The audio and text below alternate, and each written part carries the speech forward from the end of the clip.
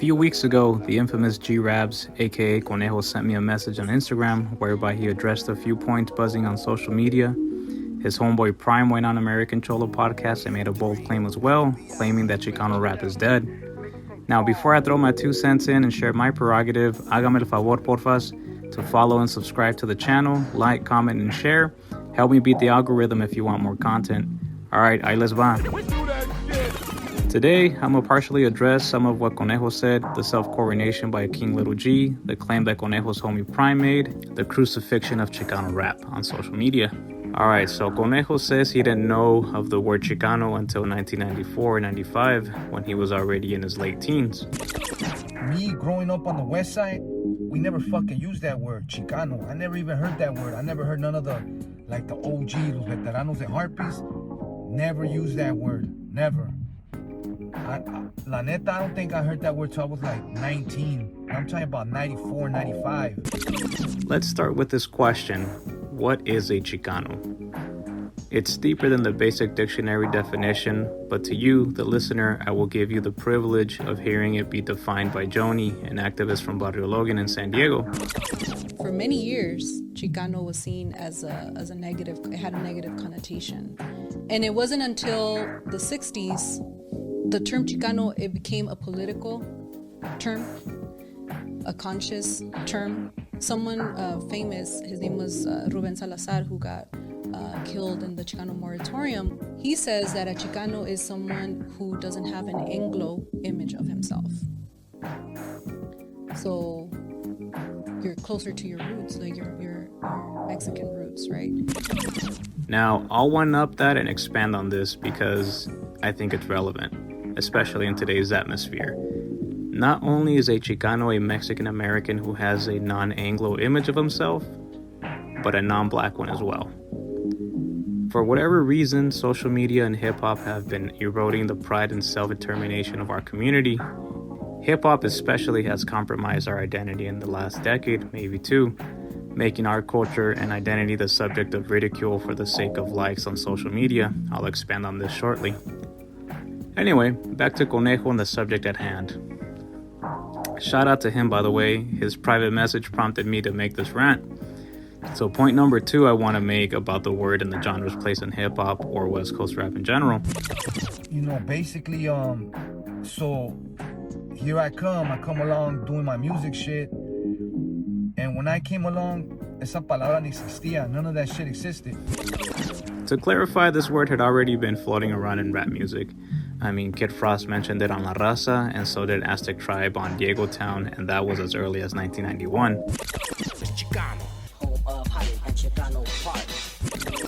And the earliest I can trace the phrase Chicano rapper is in 1992 on the song We Do Damage by Norwalk's Most Wanted. The so-called Chicano rapper. Hell, even West Coast Cam put it on the rhyme. Now they say it's on with the essays, right? But I know Chicano pride. As far as Conejo's assumption that the genre was birthed in San Diego, before knowing this, I always thought that term came from the homies from San Diego, you know? Or it was birthed over there or something like that, you know? I just always thought that, well, I guess everybody's gonna have their opinion of it. I'll reiterate what I've said in the past. We gave the subgenre shape and form. We gave it its identity, and the Night Out album from 1994 was a jumping point. Now this is where I think, as an artist and a person in general, Conejo is speaking with maturity when he gives Roberto Flores, aka Little Rob, his flowers and crowns him King of Chicano Rap, considering that many of his fans will cite Conejo's Mad at the World song as one of the best diss records in Chicano Rap, whether or not he himself considers himself Chicano Rap. But to me, the King of Chicano Rap has always been and will always be Little Rob. To me, Little Rob is the King of Chicano Rap. You know, like, he just encapsulates that, you know, that, I don't know. I just feel like he is. He's always done it or in a certain way that you know, it's admirable, it's respectable, you know? Even though, like, there was times when I didn't feel like that because, like, my hip-hop influence was like, nah, fuck that, but he is that, you know? He is the King of Chicano Rap. He's not alone in giving him his props. American Cholo has said it. Little Rob banging. For those stuff Right. were produced right, banging right. Animes has said it. We didn't have as many premier lyricists as Dago did. Shadow, fucking There's another dude. who else comes from out? Little Rob. You know, Little Rob was mad lyrical. That people don't necessarily give Little Rob that credit, but like No Soy de Ti is like the greatest song ever. Fat Joe acknowledges him doing his thing for a long time. Shout out to Little Rob and Kid Frost. That's right. That's right. Day one, when you talk Latinos in the industry, they did it right. They still doing it right. And even the man at the center of the Chicano rap debate, Prime, has said it. Lil Rob doesn't get his props. Because Summer Nights, come on. Who has a bigger hit than that? And it made it to MTV, and it made it to that, you know? So shout out to Lil Rob as well. More on the Prime debacle later. Despite that, there are many detractors who say otherwise. Take Misfit Soto's backhanded comments. I've never heard a Little Rob song. I've never heard one complete full song from him at all, so I don't know. I don't know if I'd work with him or not. And of course, King Lil G, formerly known as Lil Gangster, who thinks he is the king of Chicano rap. Before I segue into this self-proclamation as king, let me give my 2 cents on Lil Rob. Now, me and my homie Six from the G-Funk Junkies have had this debate about whether or not Lil Rob helped the movement or if he hindered it. But I will say this, Rob's music didn't connect with me during my high school years. I purposely didn't listen to him because he was so popular at the time. I'm talking about 2004 through 2007. It wasn't until my late teens that I started really fucking with his music. I started adding his albums to my collection shortly after. One thing I can say with certainty is that he is consistent with his music. He did have moderate success before the age of social media, which is an accomplishment in and of itself. The man is humble, he minds his own fucking business and stays away from drama. Mind your own, you live long. I've come to find his music enjoyable for the most part because it's not filled with incredulous lyrics like some of his contemporaries claiming to be so damn gangster that they killed 100 people every day of their lives. Obviously that's an exaggeration, but you get what I'm saying. But more importantly, his music isn't misogynistic, demeaning, or obscene in regards to women, unlike some of his other dudes that act like they weren't raised by a woman. Back to the subject, this isn't a throne that is held by a single man. No, sir. Conejo has a point when he says that there's many kingdoms. There's a lot of kings, you know? There's a lot of kingdoms out here, you know? And, you know, like, you know, Shadow, stupid flows, always. Little One, whether it be Mr. Night Owl, you know, even over here in LA, you know, like fools think this guy or that guy or this guy, you know, like. I personally hate these trivial debates about who's the GOAT and who's the king of this and that because good music is subjective. What I think is good, someone else might think is trash and vice versa. Good really just depends on the listener's taste in music. But to expand on Conejo's comment, I would agree that there are kingdoms and those thrones are held by a cluster of different rappers collectively holding down their respective zones. For example, Cali Lifestyle, Triple C, and Mad Dog held down the 805. Lil Rob, Little One, Shadow, and Night Owl had San Diego on lock. And AOT, Slow Pain, and Frost held it down for LA. RIP to the fallen ones, by the way. And with LA, there's so many dudes out there and so many sections that you can go further into it and see who holds down different sections like the Harbor area, the San Gabriel Valley, Southeast LA, and so on and so on. As far as the self-coronation of King Lil G, it sounds to me like he was upset or butthurt that he isn't in the conversation. But to him, I ask, why does he care? He spent the last decade reinventing and disassociating himself from the genre. That says a lot, though, you know what I'm saying, being Mexican. I mean, you don't have no songs on the radio, you know what I'm saying? You know, I don't even look at it as, like, you know, the whole Mexican thing anymore. I just look at it like I'm just another guy on the internet. Whether you notice or not, there's people that look at you that way. Yeah. You know what I'm saying? Like, he's avoided appearing on the Rhodium Radio and American Cholo podcasts in favor of Vlad TV and bitch-ass Adam 22's No Jumper, as if he's too good to be in our circles. This little stunt appears to be an opportunistic ploy where he's just trying to capitalize on the buzz that Chicano rap has caught on for the moment, similar to when he first dissed Lil Rob, just for the attention. Don't get me wrong, I give him props for reinventing his image and for the movement behind his branding, but the claim about being the most influential is laughable. Never heard anyone wanting to sound like King Lil G, but every time I hear King Lil G, he's trying to sound like somebody else in the mainstream. That little single you're doing that's really mimicking a different artist, ain't nobody gonna remember that shit. That's not like... They should put in more work. I feel like fools ain't making songs like they're gonna love those shits forever. Right. Fools don't do songs like that no more. They just... They want to see some, like, they thinking like strip club mentality, you know what I'm saying? Like quick pop shit. Yeah, like so... cookie cutter. He brags about almost signing to Interscope, Atlantic, and Warner Music, but almost winning is not the same as winning, just ask the Dallas Cowboys. This almost signing bears a lot of resemblance to the Omar Cruz story about almost signing with Aftermath. Still, I applaud his success, even though his music is not my shot of tequila. But I've never heard anyone claim that King Lil G's albums are classics, and that's because he makes music to be played for today and forgotten tomorrow. Do we have those classic songs out today? Good question. My quick answer would be no. Now, this is a subject that started buzzing a few weeks ago when Prime went on American Cholo and said he didn't want to be typecasted as only working with homies. I don't want to just be like, oh, you work with the homies. You don't want to be stuck in the Chicano Rap fucking box. Chicano Rap is dead, bro. That's dead. Wait, shots fired! Chicano Rap is dead, bro. Shots fired! And then Conejo chimes in and says that it's up to the listeners to decide. Is Chicano Rap really dead? That's for you to decide. And who's the king of Chicano Rap? Well, again, that's for you to decide. Now, I'ma tell it like the homie Jay Function from Montreal told me and the homies from Khalifa Rap. In a sense, it's kind of like G-Funk. There was an era, people still continued, but you can really define it between certain years. The image, the sound, maybe Chicano Rap era is dead, but not necessarily Chicano Rap. And I couldn't agree more. Personally, I prefer my Chicano Rap from around 1994 to 2005. That is the Chicano Rap era to me. But Chicano Rap itself is not dead. It's just not appreciated by the people it was made for. In fact, I dare say that we got a lot more love from overseas and abroad than we do here at home for it. I said this before, but there's been a campaign to bash Chicano Rap in an effort to gain acceptance from hip-hop's majority, which I find sad and pathetic, like a bad case of Stockholm Syndrome. Which leads me to my final point. The crucifixion of Chicano Rap on social media. Chicano Rap is dead, bro. Some of Chicano Rap sucks. Most of Chicano Rap sucks. If you grew up in the 90s and you listened to rappers at that time, a lot of the Latino Chicano rappers out in that day, bro, were off motherfucking beat. I'm gonna say that. But I'll be honest with you, a lot of Chicano rap fucking sucks, man. That shit sucks.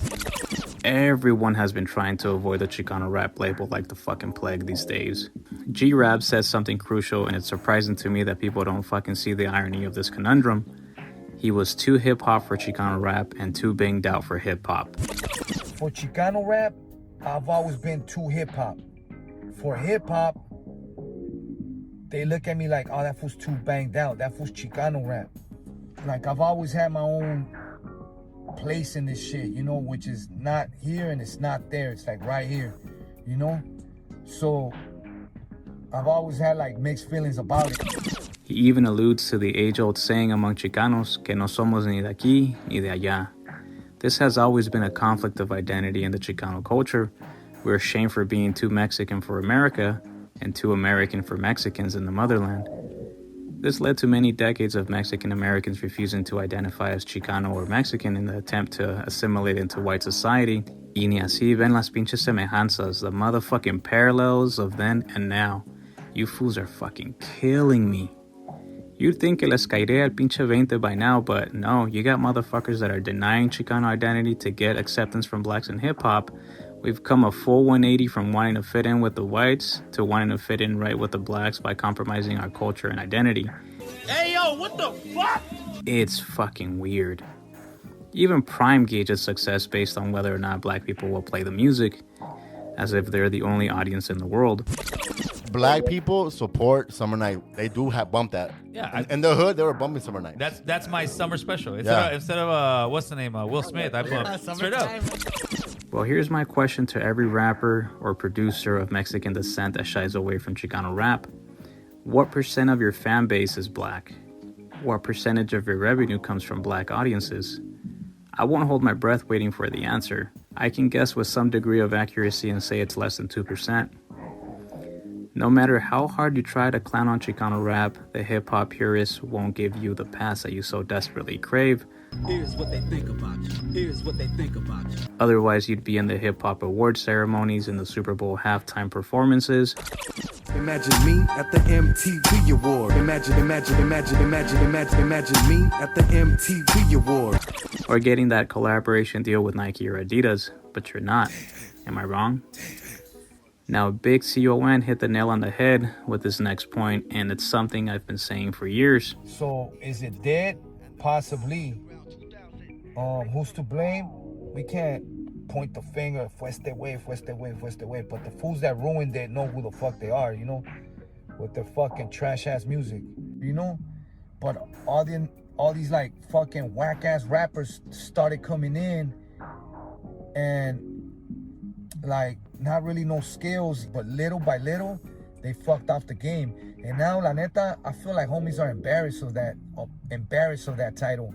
That's why you hear fools like, shit, I ain't Chicano rap. And nah, like nobody wants to be Chicano rap because it's like it got some bad name, it got some bad rap. He won't point fingers, but I'll address this again like I did in my previous episode. From 2005 to the early 2010s, the big three labels in Chicano rap flooded the market with trash to make a quick buck. And that's when quality control went out the fucking window. Conejo didn't say any names, but I will. I think it's important to know who's responsible for this mess. Low Pro, Southland, High Power. One only has to look at their catalogs to see that I'm speaking the truth. These three ran it into the fucking ground.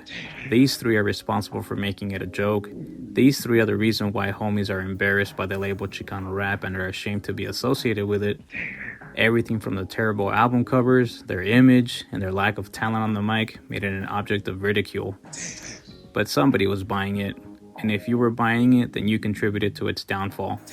Don't get me wrong, I admire their entrepreneurial spirit, and I give them props for their financial success, but they know what they did. The final nail on the coffin is Fools Gone Wild and the clones that it spawned that praise the use of the N-word by our youth and clown the homeboy image. For instance, that Fools Gone Wild mascot, Little Mr. E, he found more success as a gimmick than his actual personal rap career. And if you're from San Diego, you know what I mean. This younger generation would rather be a drop in the ocean than the waters of a mighty current that flowed in the rivers of Chicano rap in its heyday.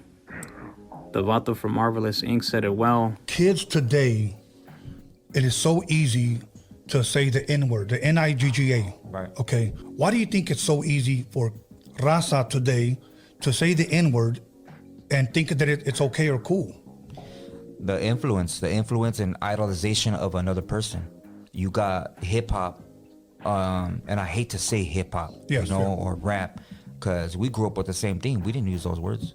And now, you know, with mainstream media and all this YouTube stuff, and now podcasting, and now, you know, rap, and there, it's kind of an agenda. Like it's kind of something that's been prepared. It's not something that our kids are naturally doing. No, there's a system to this. These are actual manipulated mind warfare. And then, well, who becomes the influence of the young males in that house? But he's got the hip hop or music or social media saying this stuff, and now that becomes his dad. I've never understood why malinchismo is so prevalent. We created our own lane, but this new generation will settle for the bike lane instead. If you ask me what's killing Chicano rap, it's that. It's cringe to see this generation turn their backs on our culture. Instead of supporting the movement, these J-Cats want to disown it. But like Fat Joe said, we just need to get our shit together to blow up. The Mexicans gonna be the biggest. When they get together and they figure out their Eminem of Mexicans, that's fly and spit, it's over. It's over. The Mexican Eminem. Somebody gonna come. Well, if And you're he gonna out be there, dumb if nice. you're out there, you Black know. people gonna love him. Spanish people gonna love him. White people gonna love him. And he gonna be the biggest guy in the world. Because there's so many Mexicans everywhere you look. Like, it's like, They get one to go, like you know, like a big go? boy. Oh no, he gone. Like a Mexican Eminem. Yeah, he 100 million, 200 million, some shit we ain't never. Excuse my language. Something we ain't never seen in our lives. He's gone. Thank you for tuning in today to hear my social observation. And like always, just chill till the next episode. Boom. Imagine me at the MTV Award. Imagine me at the MTV Award. Imagine me at the MTV Award. Imagine me at the MTV Award. I was just trolling all of them when I said I'm the king of Chicano rap, because I don't even consider myself that. I never have.